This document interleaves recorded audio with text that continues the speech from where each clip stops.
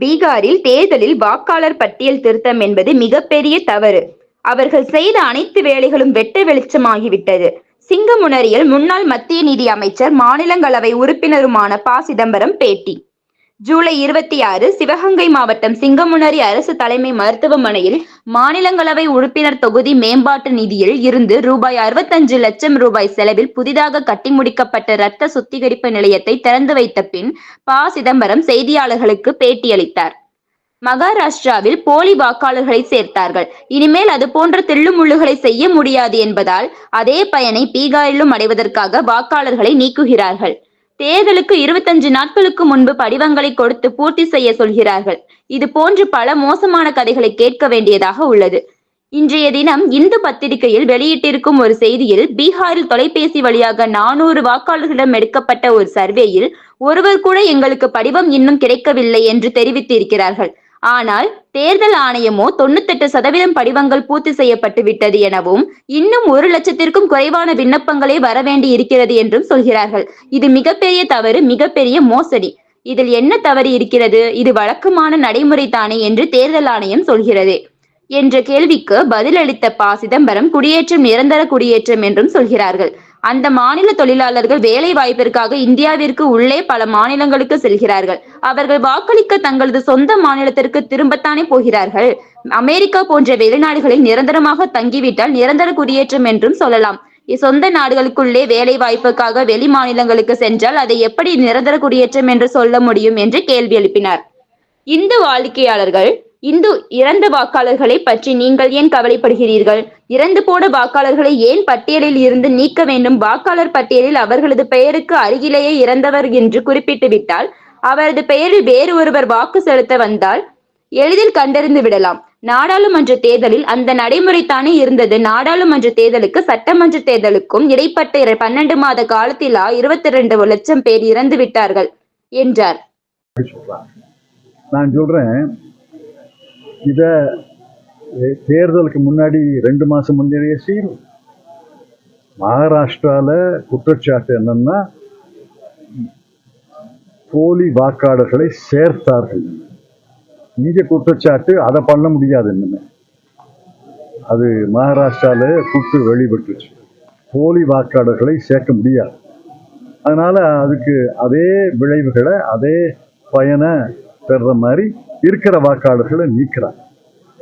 இது என்ன, முறையாக செய்ய வேண்டிய முறையில செஞ்சான். தேர்தலுக்கு முன்னாடி 25 நாள் குடிச்சு எல்லாரும் பூர்த்தி பண்ணணும். பல மோசமான கதைகளை கேட்கிறோம். ஆஷா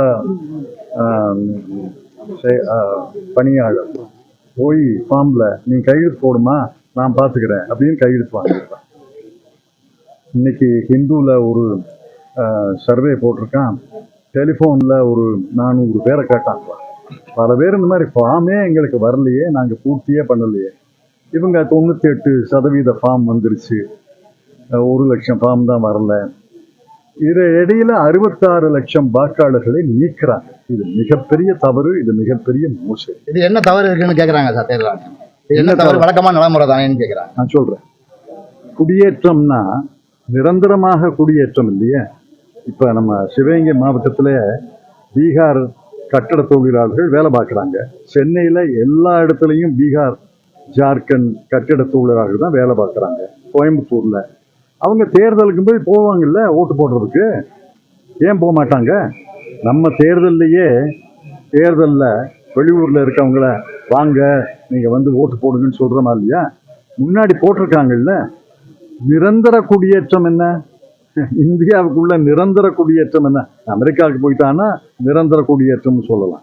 இந்தியாவுக்குள்ள அங்கே வேலை கிடையாது, தமிழ்நாட்டில் வேலை இருக்குது, தமிழ்நாட்டில் வேலை பார்க்கறதுக்கு போகிறோம், பிழைக்க போகிறோம் அப்படின்னு வந்தாங்கன்னா நிரந்தரமாக குடியேறிட்டாங்களா? அவங்க போவாங்கல்ல தேர்தலில். சரி, ஒன்று. ரெண்டாவது, இறந்து போனார்கள். இறந்து போனவன் வந்து ஓட்டு போட முடியாதுல்ல. ஏன் கவலைப்படுறீங்க? அந்த இறந்து போன பேரை, நீங்கள் இறந்து போனதாக சந்தேகிக்கிற பேருக்கு எதிரில் ஒரு சிகப்பு குறியில் இ அல்லது டின்னு எழுதுங்க. அங்கே போலிங் ஏஜென்ட்டு, போலிங் ஆஃபீஸர்கிட்ட சொல்லுங்கள், டின்னு எழுதப்பட்ட பேரில் யாராவது வந்தாங்கன்னா அவன்தான் அந்த இறந்து போன ஆளு அப்படின்னா 22 லட்சம் வாக்காளர்களை நீக்க வேண்டிய அவசியம் இல்லை. இருந்தா என்ன, அதுல நாடாளுமன்ற தேர்தல் இருந்துச்சுல்ல, நாடாளுமன்ற தேர்தலுக்கும் சட்டமன்ற தேர்தலுக்கும் இடையில 12 மாசத்துலயா 22 லட்சம் பேர் இறந்துட்டாங்க. நாடாளுமன்ற தேர்தல் இந்த 22 லட்சம் வாக்காளர்கள் இருந்த பட்டியல்ல தானே நரேந்திர மோடி பிரதமர் ஆனாரு. இன்னைக்கு 22 லட்சம் இருந்தா என்ன, அங்க டீனு போடுங்க. ஆக பல வழிகள் இருக்கு. அதெல்லாம் பின்பற்றாம எப்படியாவது வாக்காளர்களை குறைக்கணும். யார் பாதிக்கப்படுவாங்க? அங்க இருக்கிற படிச்சவரா பாதிக்கப்படுறா? அப்ப ஏழை எளிய மக்கள், படிப்பறியாத மக்கள். பீகார்ல நிறைய இருக்காங்க. தமிழ்நாடு மாதிரி நினைக்காதீங்க. பீகார்ல பல பூத்துகள் எல்லாம் ஏஜென்ட்டே போட மாட்டாங்க. அவங்க ஏழை எளிய மக்கள், சிறுபான்மையினர், அவங்க தான் பாதிக்கப்படுவாங்க. தலித்கள் அவங்க தான் பாதிக்கப்படுவாங்க. 22 லட்சம் பேர் இருந்தா என்ன?